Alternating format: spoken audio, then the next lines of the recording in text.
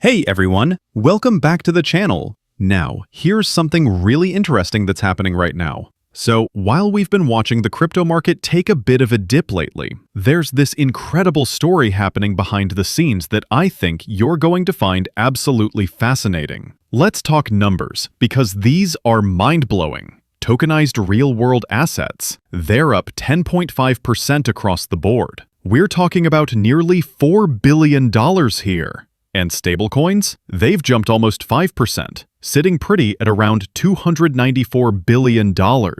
But wait, it gets even better. When we look at public networks specifically, RWA value has shot up over 12% in just the last 30 days. That's another $1 billion added to the pot, bringing us to well over $21 billion total. Now, here's where things get really exciting. The transfer volumes. This is where we can see actual usage, real people moving real money. RWA 30-day transfer volume, nearly $6 billion. That's up an incredible 38% in just 1 month. And stablecoin transfer volume is absolutely crushing it at $3.59 trillion, up 14% in the last 30 days. Here's what I find so compelling about all this. Regardless of what's happening with crypto prices day to day, we're seeing this massive, sustained growth in the areas that really matter for long-term adoption. And it's not just happening in the crypto space. Traditional finance is jumping in big time. All the major banks are making serious moves into tokenization and stablecoins. This is exactly what we want to see for mainstream adoption. Let me break down the stablecoin story for you, because this is where it gets really interesting. Monthly stablecoin transfer volume is approaching $3.7 trillion. I've been tracking this closely because it shows us actual stablecoin usage on public networks, not just speculation, but real utility. August was massive. September cooled off just a bit. But here we are in October, already halfway to $1.5 trillion, and we're not even at the month's end yet. Now, here's what I'm really watching for. December 2024 hit over $4 trillion, and I'm genuinely curious if we can surpass those levels. Because when we talk about transfer volume, we're talking about the lifeblood of the stablecoin market. Let's zoom in on Stellar as a perfect example of what's happening across these networks. RWA value up almost 20% in 30 days. Stablecoin market cap jumping 24%. The adoption we're seeing around RWA value is honestly going crazy right now. USDC alone is up 24% in the last month on these networks. The growth is just insane when you really dig into the numbers. But here's something that's absolutely blowing my mind. ROUSD's growth story. We're talking about nothing short of incredible here. Over $839 million now tied to RLUSD. That's up 15% in just 30 days. But get this, monthly transfer volume is up almost 64% at nearly $5.6 billion. I mean, those numbers are absolutely insane to witness. ROUSD adoption is heating up in a massive way. Guys, it's absolutely crazy to watch traditional finance embracing not just stablecoins, but these public networks too. This is wild stuff. We keep seeing more and more adoption from the biggest banks in the world. Now, let me take you back for a moment. Back in August 2023, we're talking over 2 years ago, I made a prediction that I think is worth revisiting. I asked this question: how do I see the future unfolding? And here's what I said. Every single major bank, every single major nation, every single dollar, everything will be tokenized. I started with the idea that every major nation would have their own digital currency. We talked about CBDCs. But what's fascinating is how things are shifting from CBDCs to stablecoins instead. But here's the kicker. I also predicted that every single major bank would tokenize their reserves. And guess what? JP Morgan already started doing exactly that back in June with JPMD, which is essentially a deposit token. And it doesn't stop there.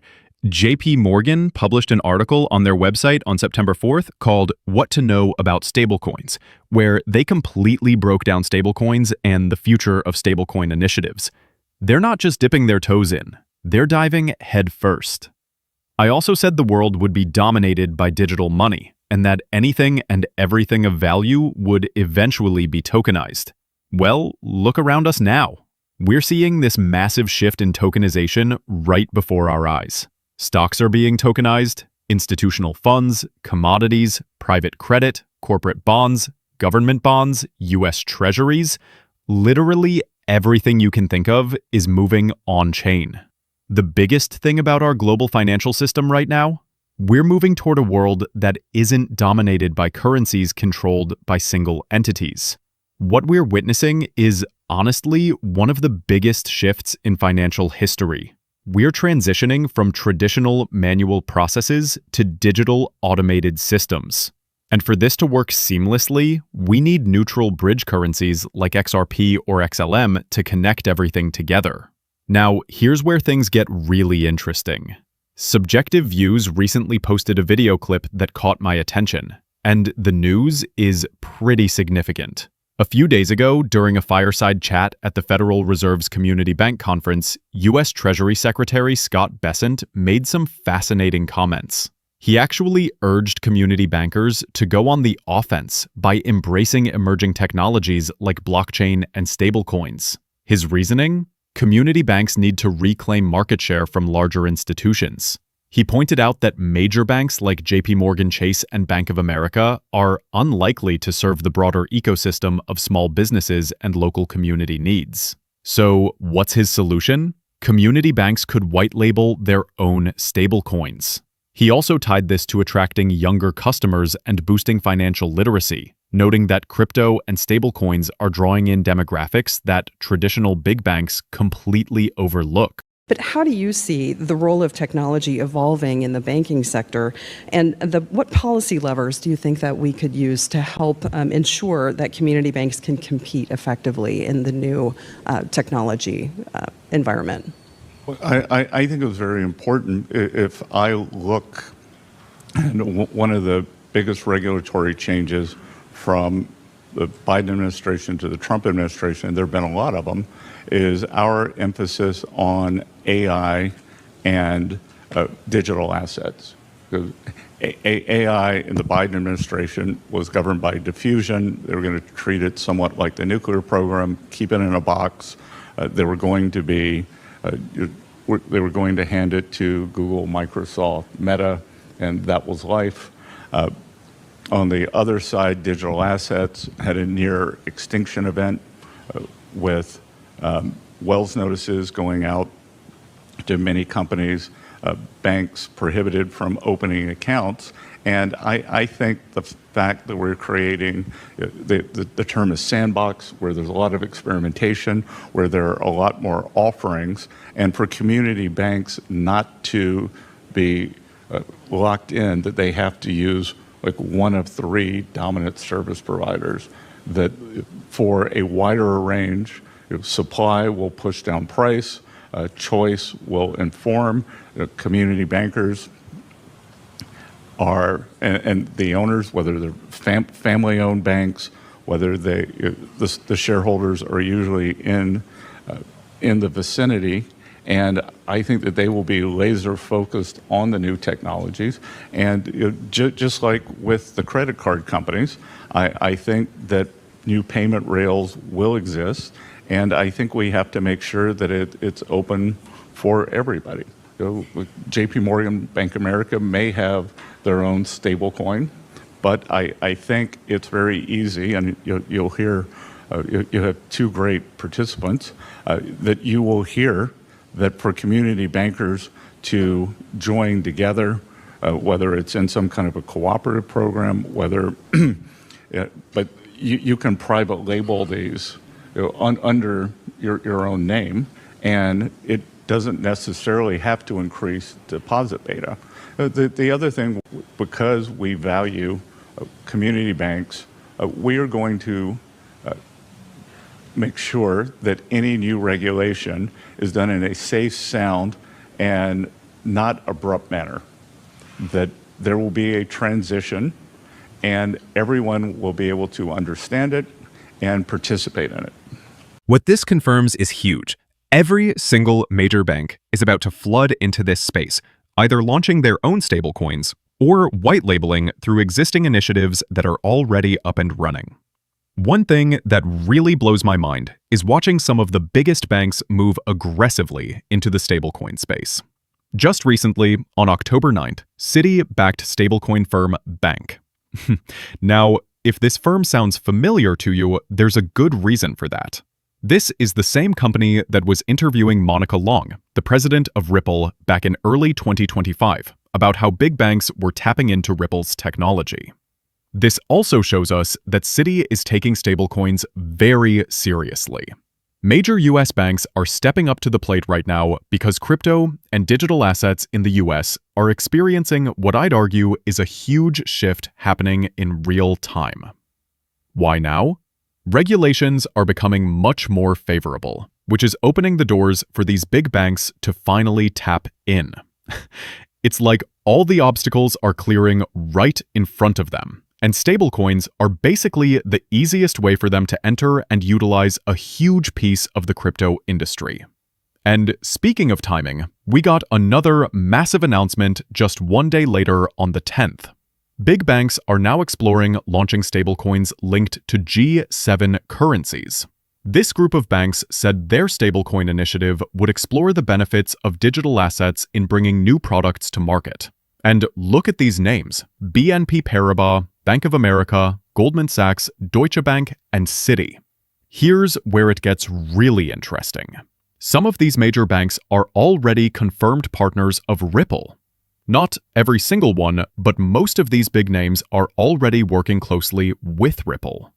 And when we think about G7 countries, many of them are already growing their presence around Ripple. Ripple's footprint in these areas is at all-time highs, especially because of recent moves in the US and getting that legal case completely cleared up. Right now, it honestly feels like Ripple is in the right place at the right time. When we think about Scott Bessent confirming that all these big banks and community banks are going to jump in, let me take you back to a recent announcement from September 22nd. The managing director of UK and Europe at Ripple made a fascinating statement. She confirmed that during President Trump's state visit to the UK, she attended a roundtable in Downing Street. Who was there? UK Chancellor Rachel Reeves, US Treasury Secretary Scott Bessent, and representatives from leading UK and US financial and crypto firms. Oh yeah, definitely just a coincidence, right? This meeting was about a huge opportunity for closer cooperation between the US and UK on digital assets, a partnership that could set the template for international cooperation in our industry. It all revolves around Ripple's existing footprint in the US and UK, not just to innovate, but to collaborate on supporting blockchain adoption. And yes, this absolutely involves blockchain tech and stablecoin initiatives.